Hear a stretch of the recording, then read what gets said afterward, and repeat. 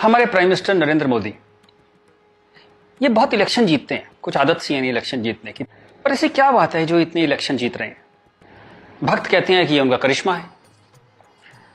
Haters को वैसे तो कुछ समझ ही नहीं आया आज तक कि वो क्यों इलेक्शन जीत रहे हैं, पर वो भी अपनी एक थ्योरी बताते हैं कि ये हिंदू मुस्लिम डिवाइड करते हैं, इस वजह से जीत रहे हैं। इस पर मैं आज अपनी बात आपसे कहना चाहता हूं। मेरा ये मानना है कि नरेंद्र मोदी नाम का कोई शख्स है ही नहीं, ऐसा कोई आदमी है ही नहीं। He is just a face to express a deep anguish. इस देश के अंदर, इस देश के सबकॉन्शियस में कुछ बहुत गहरे जख्म है, कुछ बहुत दर्द है, कुछ बिट्रेल है, कुछ धोखे हैं। उनको एक्सप्रेस करने का कभी मौका नहीं मिला था इस देश को। एक मौका मिला, उस मौके का नाम है नरेंद्र मोदी। सवाल यह है कि ये गंगा जमनी तहजीब, ये कौमी यकजहती, ये भाईचारा, ये गुलदस्ता, ये कितना सच है? हिंदू मुस्लिम में दरार है या नहीं, मिसट्रस्ट है या नहीं, ये सब कुछ ठीक है। ये सिर्फ बातें मोदी ने फैलाई हैं। क्या ऐसा है? आज हम इसको टेस्ट करेंगे, इस सवाल को आज हम टेस्ट करेंगे।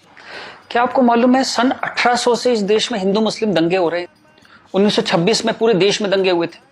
क्या यूपी, लाहौर, मुंबई, तमिलनाडु, कोलकाता, सब जगह अलग अलग वक्तों में दंगे होते रहे हैं। तो ये जो एक गंगा जमनी तहजीब है, ये कहां है?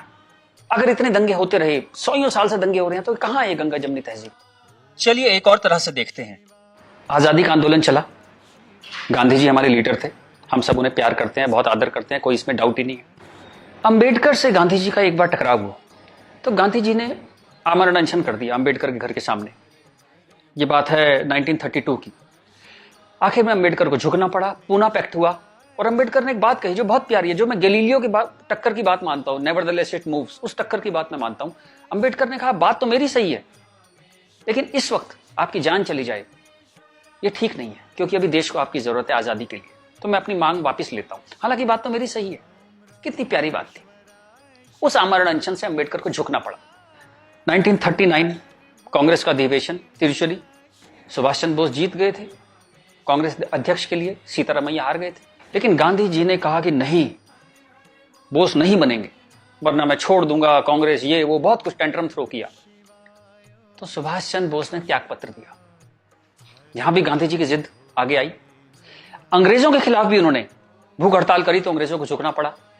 तो लोगों के दिल में ये सवाल है, मेरे दिल में सवाल था, जब मैं 7th-8th स्टैंडर्ड में था, तो मैंने अपने टीचर से पूछा था, जब जिन्ना ने कहा कि इस देश का पार्टीशन होगा, बंटवारा होगा, तो गांधी जी ने उसके घर के सामने आमरण अनशन क्यों नहीं किया? इस सवाल का जवाब कौन देगा? मुझे आज तक इस सवाल का जवाब नहीं मिला। खैर, उसके बाद जिन्ना अड़ गए तो पार्टीशन हुआ। 47 में पार्टीशन में करीबन 15-20 लाख डेड बॉडीज, जो हिटलर नहीं कर पाया, 15-20 लाख डेड बॉडीज हमने देखी। कुछ करोड़, 1-1.5 करोड़ लोग यहां से उजड़ के वहां गए, वहां से उजड़ के यहां आए। पूरी ह्यूमन हिस्ट्री में इससे ज्यादा डेंजरस, इससे ज्यादा खतरनाक चीज कुछ नहीं हुई। शायद वो रवांडा टूटसी में जो प्रॉब्लम हुई, वही इसकी टक्कर की प्रॉब्लम होगी। सैकड़ों औरतों को नंगा करके सड़क पे चलाया जाता था, उसे पिंड यात्रा कहते थे। इतनी दर्दनाक चीज, बट ये हुआ क्यों? And who failed? किस वजह से इतना बड़ा पार्टीशन हुआ? सिर्फ एक वजह से कि मुस्लिम्स ने कहा हम आपके साथ नहीं रहेंगे। और आप बकवास आज भी करे जा रहे हो गंगा जमनी तहजीब की, कौमी यकजहती की। 20 लाख लाशें गिर गई, आप अभी भी सच का सामना नहीं करोगे? उसके बाद जो पार्टीशन से लोग आए, यहां बहुत सारे शहरों में रहे, और अगले 20, 25, 30 साल बड़ी गरीबी में रहे। ना उनके पास पैसे थे, ना कैंप बोल दिया जाता था, वहां कैंप में रहते थे। बहुत तकलीफों से उन्होंने 20-30 साल बिताए। अब तो वो लोग नहीं है, गुजर गए, लेकिन उनकी वो दर्द की, वो जो रोंगटे खड़े कर देने वाली उनकी कहानियां थी, वो कहानियां जिंदा है। वो लोग जिंदा नहीं है, पर वो कहानियां जिंदा है। और याद रखिएगा, कहानियां अपने हीरो से, अपने कैरेक्टर से ज्यादा उम्र रखती हैं। जीसस चले गए, कहानियां हैं। राम चले गए, कृष्ण चले गए, उनकी कहानियां चलती हैं हजारों सालों से। तो वो लोग चले गए, पर वो कहानियां इस देश के सबकॉन्शियस में चली गई हैं, कलेक्टिव सबकॉन्शियस में वो कहानियां हैं। इसलिए जो आप हेट्रेड देखते हैं हिंदू मुस्लिम की, वो बड़ी एब्स्ट्रैक्ट सी हेट्रेड है, उसकी कोई शेप नहीं है, आप मालूम भी नहीं पड़ता किस वजह से या किस चीज के लिए, पर वो है। फिर आजादी हो गई, सरकार बन गई, कॉन्स्टिट्यूशन आ गया, उसके बाद फिर अजीब अजीब सी चीजें होने लगी इस देश में। शरिया की बातें होने लगी, 4 शादियां कर सकते हैं, हां कर सकते हैं। शाहबानो आती थी तो पूरा पार्लियामेंट उल्टा लटक जाता था सुप्रीम कोर्ट को दबाने के लिए। ये कुछ अजीब अजीब सी चीजें होने लगी इस देश में। तो कभी ये क्यों नहीं कहा गया कि हाँ, हम शरिया पूरी तरह लागू करेंगे, हिंदू चोर जेल में जाएगा, मुसलमान चोर के हाथ काट दिए जाएंगे, क्योंकि शरिया में ऐसा कहा गया है। ये कभी कहा ही नहीं गया किसी प्लेटफॉर्म पर, लोगों के दिल में था। अब इस सवाल को दबाया कैसे गया? कांग्रेस के हाथ में ताकत आई। अब उसे इस बात से बचना था कि पार्टीशन हमारी वजह से हुआ, हम लोग फेल हो गए। तो उन्होंने सारे टेक्स्ट बुक अपने हिसाब से लेके सारे यूनिवर्सिटीज के वाइस चांसलर्स और ये एनसीईआरटी, सीबीएसई सबके हेड्स उन्होंने अपने आदमी भर्ती करने शुरू किए। उन्हीं लोगों को पद्मश्री देना शुरू किया, उन्हीं लोगों को तमाम मनसब और तमाम तरह की, वही चीफ गेस्ट बनते थे जलसों में। सारी टेक्स्ट बुक वैसी छपने लगी, जहां बस यही बताया जाता था कि दे दिया हमें आजादी, बिना खड़क बिना ढाल, और वो जवाहरलाल नेहरू या फूल लगाते थे और उस बच्चे उन्हें चाचा नेहरू कहते थे। लाइसेंस राज था, सारा प्रेस उन्होंने कंट्रोल किया, और खुद वो बड़े मजे से रोजा इफ्तार की पार्टियों में जाते थे। वो पार्टियां जहां ये बताया जाता था कि कोई मिसट्रस्ट नहीं है इन दोनों कौमों के बीच में, बढ़िया दावतें खा रहे थे, रोजा इफ्तार कर रहे थे। कांग्रेस बिकेम अ मछली मार पार्टी।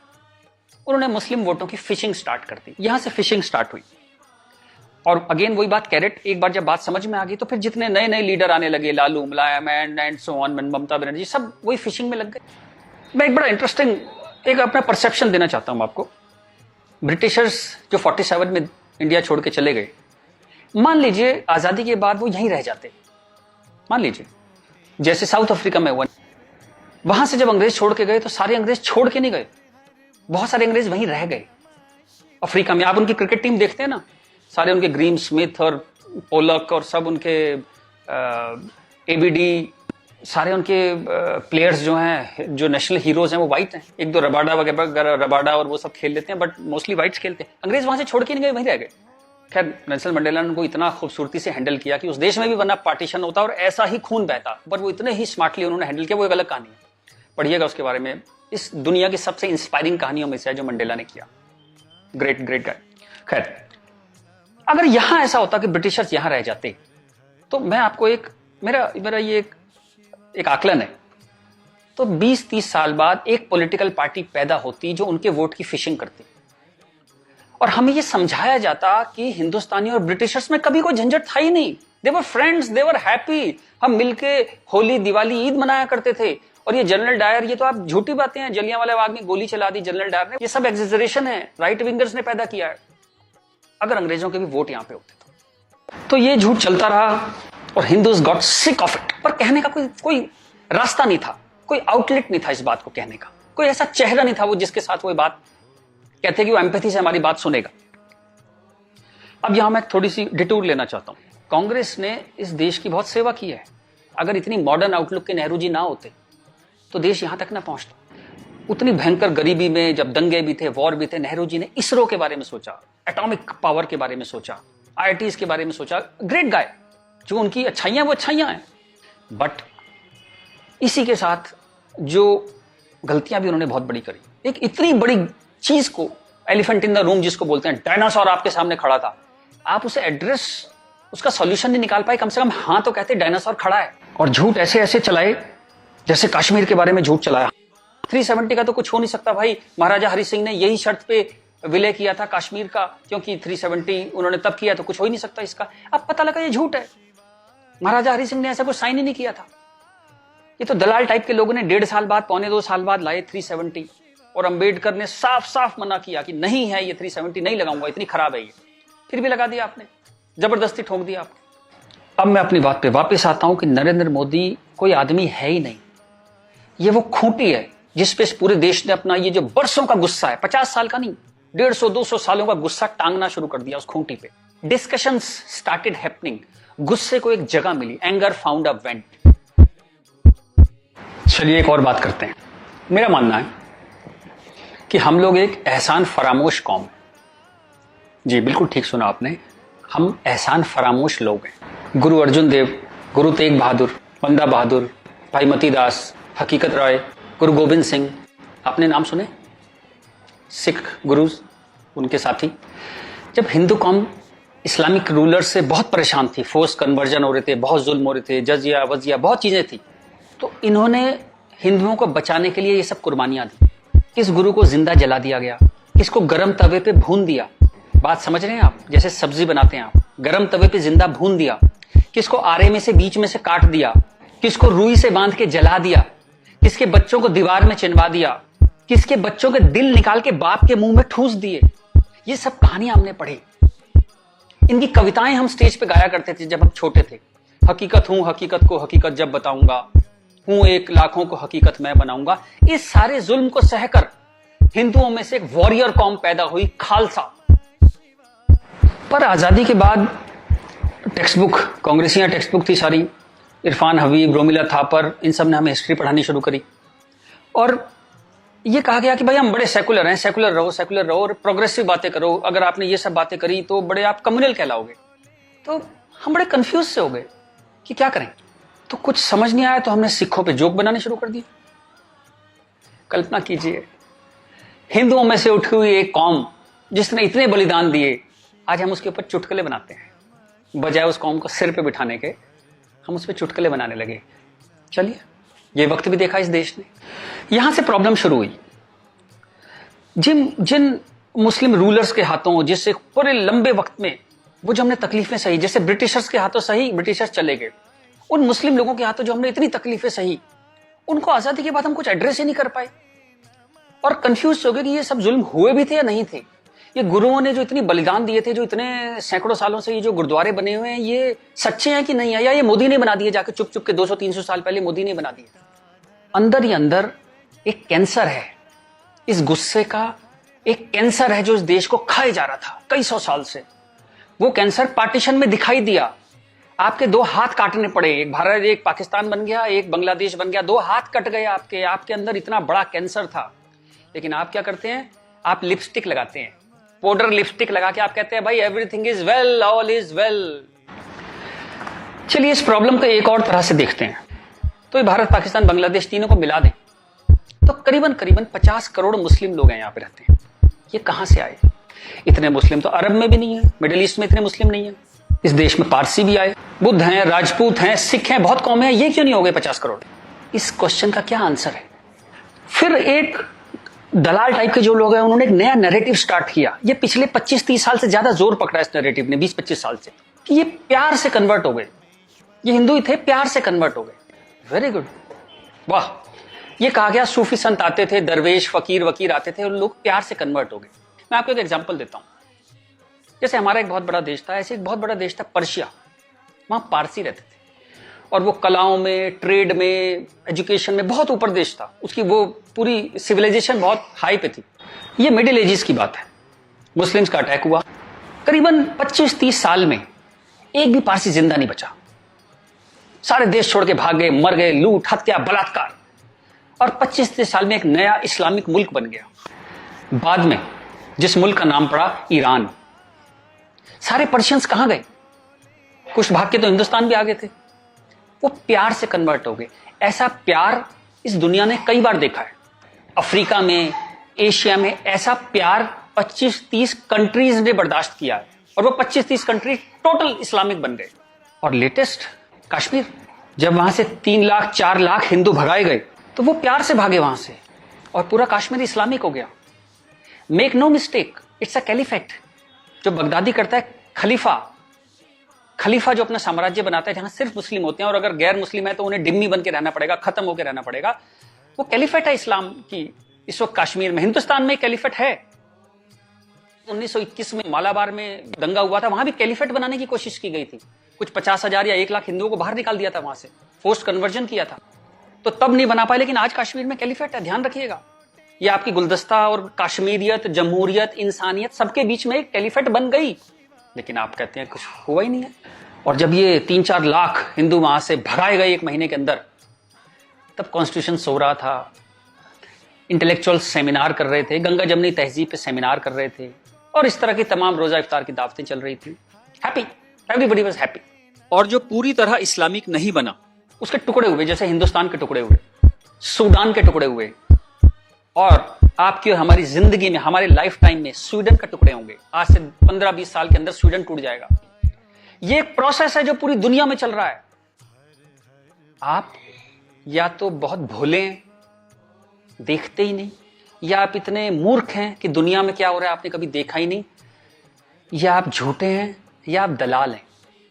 अगर आप इस पूरे प्रोसेस को मना करते हैं कि नहीं नहीं ऐसा कुछ नहीं था, यहां तो बड़ी गंगा जमनी तहजीब थी, आप इन सब में से एक हैं, या हो सकता है सब कुछ हो। चलिए मैं आपके साथ एक एक्सरसाइज करता हूं। आपके एक दादा होंगे, एक दादा परिवार है, दादा, चाचा, ताऊ, बुआ, फूफा, उधर के उनके बच्चे, सब एक पूरी फैमिली ट्री वो है। एक नाना की तरफ से है, तो एक आदमी करीबन ऐसे 10-15 परिवार उसके आसपास होते हैं। इसके बाद आप कॉलेज, आपका कॉलेज, स्कूल कॉलेज, जहां 50-100 स्टूडेंट हैं, जिसमें कुछ दोस्त हैं जो आपके साथ ट्रेवल करते हैं जिंदगी भर। फिर आपका मोहल्ला, आपकी कॉलोनी, वहां भी आप 10-20 परिवारों को जानते हैं। यूं कहें एक आदमी मोटा मोटा 700-800 1000 लोगों की खबर उसको होती है, डायरेक्ट खबर, चाहे मिले ना कि कोई बहुत दूर रहता है, लेकिन हाँ पता लगता है उसकी शादी हो गई, उसके बच्चा हो गया, डेथ हो गई, कुछ बहुत अच्छा हो गया, बहुत बुरा हो गया, खबर आ जाती है कहीं ना कहीं से। अब मैं आपसे एक्सरसाइज करता हूं, पिछले 20, 30, 50 साल में ये इन 1000 लोगों में से कितने लोग मुस्लिम बने, कितने लोग कन्वर्ट हुए? आंसर मिलेगा 0। क्या हुआ? सारे सूफी, दरवेश, फकीर रिटायर हो गए, आईपीएल देखने चले गए, इस्लाम की कशिश खत्म हो गई। दोस्त, जब तक गर्दन पे तलवार ना हो ना, कोई कन्वर्जन नहीं होता, या बहुत सारे पैसे ना हो, कोई कन्वर्जन नहीं होता। उसके बाद पार्लियामेंट पे अटैक हुआ, इस देश की पार्लियामेंट पे अटैक हुआ, और उसमें शामिल अफजल गुरु, उसके सम्मान में, उसके समर्थन में लोग खड़े हैं, हजारों लोग मुसलमान खड़े हैं, और हमने तब भी कुछ नहीं कहा, इस देश में हाहाकार नहीं हुआ। मुंबई में कुछ साल पहले आजाद मैदान में एक रैली हुई, किस लिए हुई? रोहिंग्याओं के समर्थन में। आपका क्या लेने देना रोहिंग्याओं के समर्थन में? और रैली के आखिर में क्या हुआ? जो शहीदों के लिए स्मारक बना है, फौजियों के लिए, शहीदों के लिए जो स्मारक बना है, उसको जूते मार मार के तोड़ दिया। इतनी नफरत आपके मन में इस देश के लिए, और कोई कुछ कहता ही नहीं, कोई कुछ कह ही नहीं पा रहा था। ये चल रहा था इस देश में। तो ये जो एक हेट है, ये इन दोनों कौमों में रही, और वो एक हेट, वो एक नफरत जो थी, वो कभी, it never became a past history, distant history, कभी नहीं हुआ, वो रोज रहा। कभी वो अफजल गुरु के रूप में आ गई, कभी वो क्रिकेट मैच के रूप में आ गई, कभी कश्मीर, कभी आजाद मैदान, वो हमेशा कभी ना कभी उसके न्यू एडिशंस आते रहते थे। एक और एक्सरसाइज करते हैं।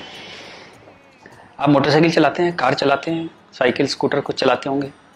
जब भी आप सड़क में जाते हैं तो थोड़ा संभल के चलते हैं, लेकिन आपके शहर के जो मुस्लिम एरिया है, जब उसमें आप जाते हैं तो कुछ एक्स्ट्रा संभल के चलते हैं कि नहीं? एक्स्ट्रा संभल के, कि अगर यहां लग गई तो एक्स्ट्रा पिटाई होगी। वो जो फियर है आपके अंदर, वो जो डर है, वो कमाल की चीज है, जिसको देश कहता है नहीं, एक सिस्टम कहता है नहीं, लेकिन आपके अंदर है, करोड़ों लोगों के अंदर है, 100 करोड़ लोगों के अंदर है वो डर। और एक आखिरी एक्सरसाइज, जब भी आपको कोई ज्ञान बांटता हुआ आदमी मिले, सेकुलर मिले, इंटेलेक्चुअल मिले, गंगा जमनी तहजीब वाला आदमी मिले, सब बराबर हैं, सब धर्म है, तो उसको कहिएगा चलिए एक पेज पे लिखते हैं, गीता, बाइबल, कुरान सब एक जैसे हैं, जीसस, राम, कृष्ण, पैगंबर मोहम्मद सब एक जैसे हैं, ना कोई छोटा ना कोई बड़ा, सब प्यारे इंसान है, सब बढ़िया हैं, सब बराबर हैं। एक पेज पे लिख के उसे बोली जरा 2-4 मुस्लिम से साइन करा के ला। ऐसी ची की आवाज आएगी उस इंटेलेक्चुअल की, आपके पास जिंदगी में दोबारा नहीं आएगा वो। एक मुसलमान के साइन नहीं करा सकता इस बात पे। ये सारा ड्रामा हमारे लिए है। ये तो जहां से मैंने बात शुरू करी थी कि ये जो गुस्सा है, ये कई 100 साल का गुस्सा है, जिसको वेंट नहीं मिला, कभी निकलने की जगह नहीं मिली। और ये जो बार बार दंगे होते हैं ना, ये उसकी EMI है। And coming back to the point, Modi कोई आदमी है ही नहीं, मोदी वो मौका है, और वो गारंटी है कि इस बार जब शाहबानो पार्लियामेंट में आएगी कि हलाला हो गया, कि 4 विवाह हो गया, कुछ हो गया, इस बार पार्लियामेंट ब्लैकमेल नहीं होगी। वो एक शख्स नहीं है, वो एक इमोशनल बाम है, एक इमोशनल मलहम है, जिसकी इस देश को कई 100 साल से जरूरत थी। और अगर आप सोचते हैं कि एक आदमी क्या कर सकता है, तो दोस्त, कैसे आकाश में सुराख नहीं हो सकता, एक पत्थर तो तबीयत से उछालो यारो।